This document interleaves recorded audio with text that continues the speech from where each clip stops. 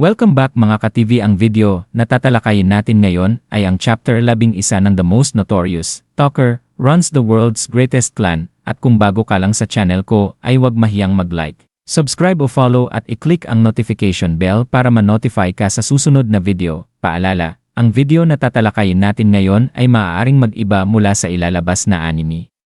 Hindi ko inaangkin ang mga drawing o anumang materyales na ipapakita. Ang layunin ko ay magpakita ng suporta at magbigay ng impormasyon tungkol dito. Ang lahat ng kredito ay nananatili sa mga orihinal na may-ari. Maraming salamat. Matapos ang matinding laban nina Alma at Logan sa loob ng bar, biglang sumiklab ang kaguluhan. Lumabas ang may-ari ng bar, galit na galit sa gulong dulot ng kanilang away. Malakas ang kanyang sigaw, "Hoy, huwag kayong magwala sa loob ng bar ko." Tumama ang takot sa mga customer na nanood lang o nadamay sa laban. Isang customer ang sumigaw, "Naku, tara na. Alis tayo." Isa pang customer na halos magpapanik na sumingit, "Pag nahuli ka ngayon, ikaw ang magbabayad ng lahat ng nasira at pagkain." Nagkagulo ang buong bar habang nag-uunahan ang mga tao palabas para makaiwas sa galit ng may-ari. Sa gitna ng kaguluhan, lumapit ang may-ari ng bar kay Logan na walang malay sa sahig matapos patumbahin ni Alma.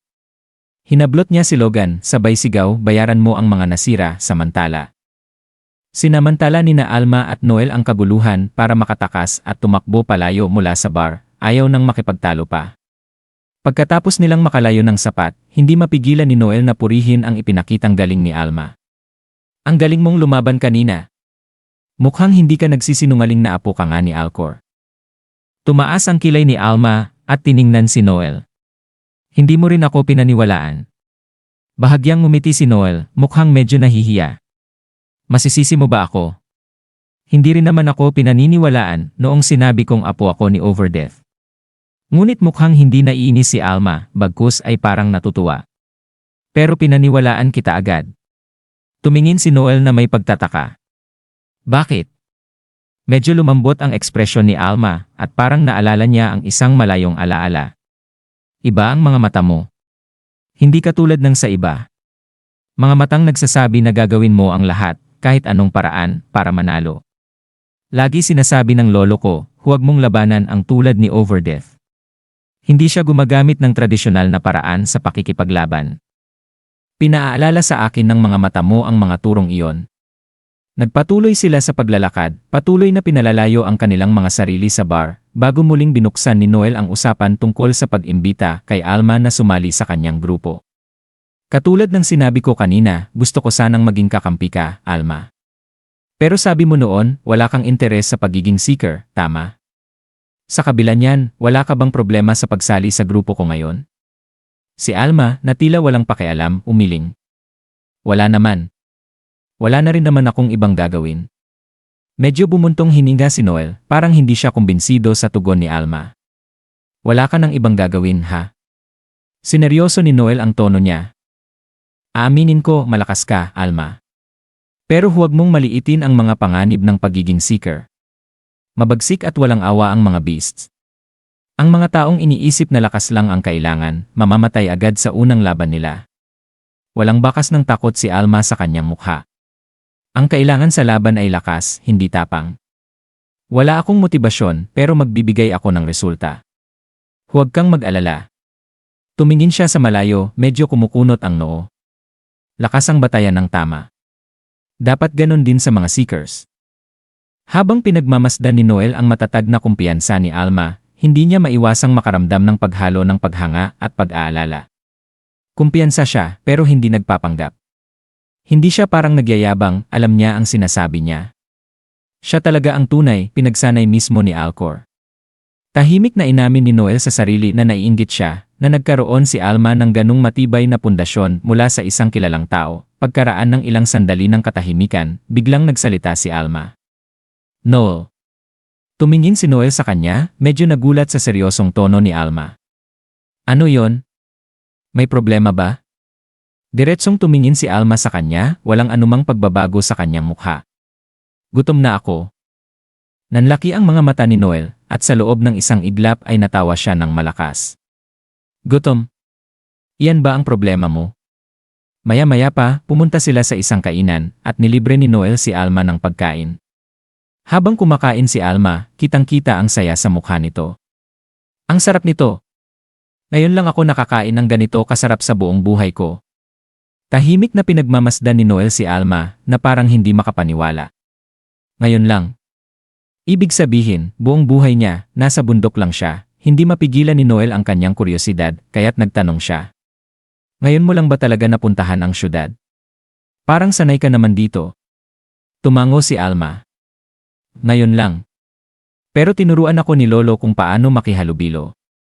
Tumango naman si Noel bilang sagot, tapos bumaba ang boses niya ng kaunti, parang seryosong nagtatanong. Matagal ko nang gustong itanong. Lahat ba ng training mo sa bundok para maging isang assassin? Walang pag-aatubili si Alma. Para maging scout na magiging assassin at para sa mga susunod pa roon. Impresyonado si Noel, tumango siya ng mabagal. Gets ko. Hindi pa ako nagra-rank up mula C hanggang B rank, pero nakumpleto ko na ang mga kondisyon. Kailangan ko na lang dumaan sa ritual ng appraiser. Sa galing mo, bakit hindi ka sumali sa sect ng mga assassins?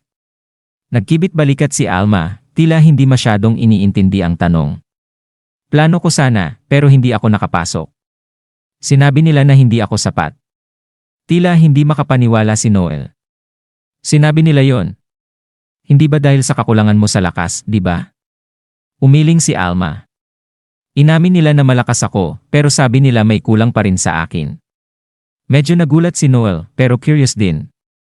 Ano ang ibig sabihin nun? Bahagyang lumabo ang ekspresyon ni Alma. Pasensya na. Hindi ko na pwedeng sabihin pa. Huminga ng malalim si Noel, nirerespeto ang limitasyon ni Alma. Ako ang dapat humingi ng pasensya. Salamat sa pag-share mo ng ganito kalaki sa akin. Lahat ng tao may mga sikreto, iniisip ni Noel. Kahit may mga bagay na hindi pwedeng pag-usapan, pwede pa rin kaming maging magkaalyado. Ngunit sa gulat niya, muling nagsalita si Alma, nabanggit din nila na nagkaroon ng reformation sa sekta. Hindi na nila gusto ang tradisyonal na uri ng assassin. Nanlaki ang mga mata ni Noel. Teka, sabi mo hindi mo pwedeng pag-usapan.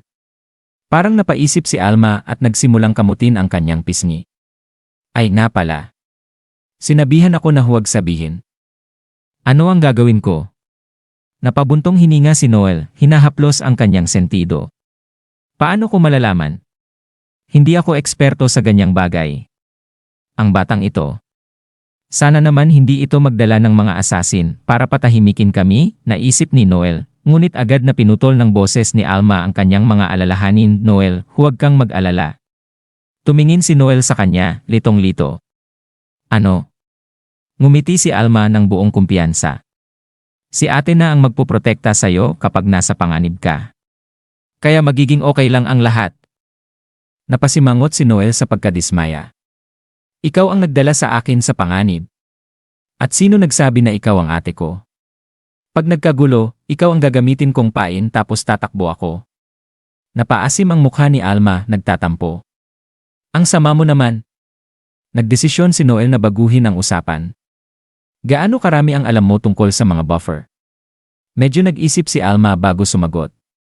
Hindi masyadong marami. Alam ko lang na mahina silang lumaban mag-isa, pero kaya nilang palakasin ang grupo nila gamit ang buffs. Tumango si Noel ng bahagya. Tama, pero hindi lang iyon ang tungkulin nila. Ipinaliwanag niya ng detalyado ang pagiging buffer, paano sila nagiging control tower ng kanilang team, nagbibigay ng mga utos at tamang buffs sa tamang panahon upang baligtarin ang takbo ng laban. Tahimik na nakikinig si Alma, nare-realize ang kahirapan ng ganong tungkulin, kaya mo bang gawin lahat iyon?